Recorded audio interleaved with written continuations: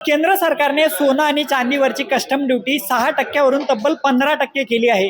त्याचे स्थानिक बाजारपेठेवर मोठ्या प्रमाणावर परिणाम झाल्याचं पाहायला मिळतंय.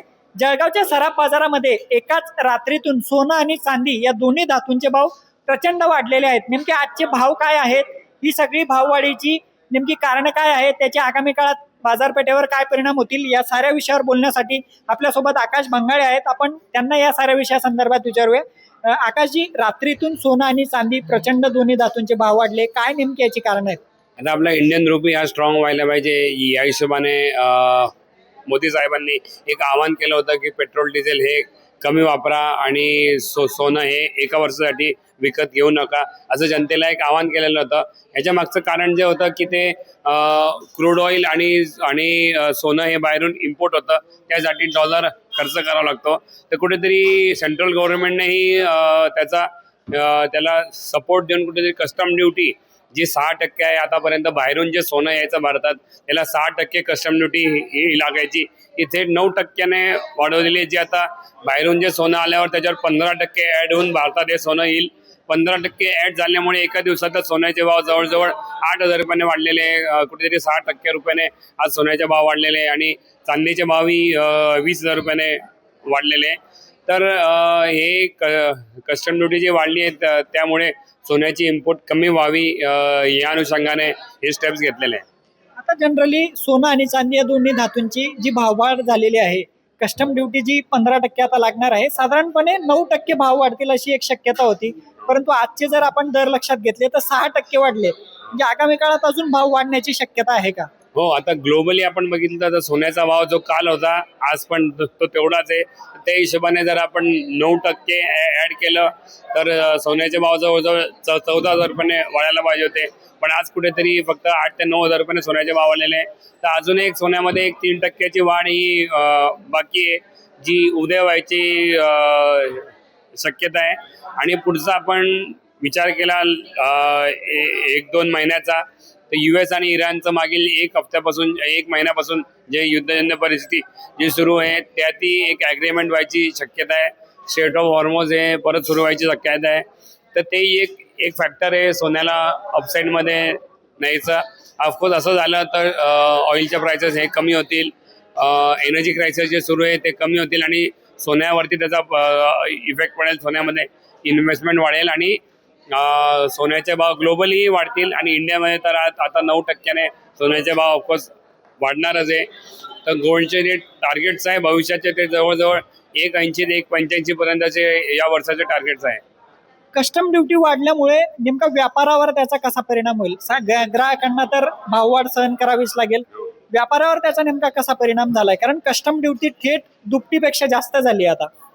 आम्ही जेव्हा गोल्ड इम्पोर्ट करता आम्ही तेव्हा ग्लोबल एक रेट घेता, डॉलरचा भाव घेता आणि ते मल्टिप्लाय करून त्याला आपण कस्टम ड्युटी जोडता. तर पहिले आम्ही जी 6% जी जोडायचे ती आता 15% आम्हाला लागेल. तर ऑफकोर्स सोन्याच्या भावावरती एक्झाम्पल हा सोन्याचा भाव 1.40 ते 1.42 सुरू आहे ग्लोबली. तर त्याच्यावर ही कस्टम ड्युटी ॲड होऊन आज तो 1.59 पर्यंत सोन्याचा भाव आज जातोय. तर कुठेतरी हा इफेक्ट हा थेट ग्राहकांवरतीच पडणार आहे, कारण की आम्हाला महाग भेटलं तर समोरही महाग द्यावा लागेल. त्यामुळे पूर्ण इंडियामध्ये त्याचा सोन्याचा भाव आता वाढलेला आहे.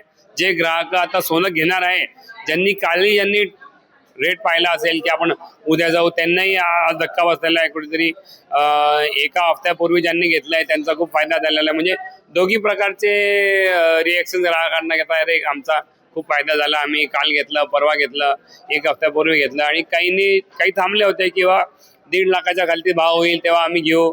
तर दोघीकडचे लोक आहे, काही ग्राहक काही नाराज आहे, काही ग्राहक खुश आहे, काहींचं सोनं घ्यायचं राहिलं आहे. पण लग्न सराईचं सीझन आहे आपल्या इंडियामध्ये, तरी भावाचा विचार न करता दरवर्षी लोकांनी सोनं घेतलेलं आहे.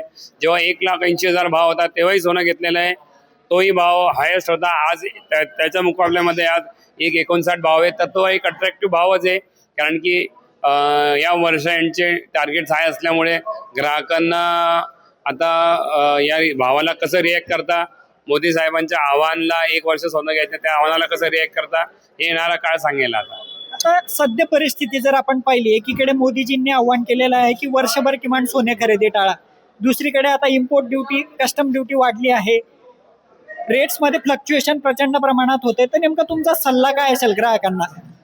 आता कस्टम ड्युटी वाढवणं हे आवाहन करणं हे फक्त आपल्या इंडियन रुपीला स्ट्रॉंग करायसाठी आहे.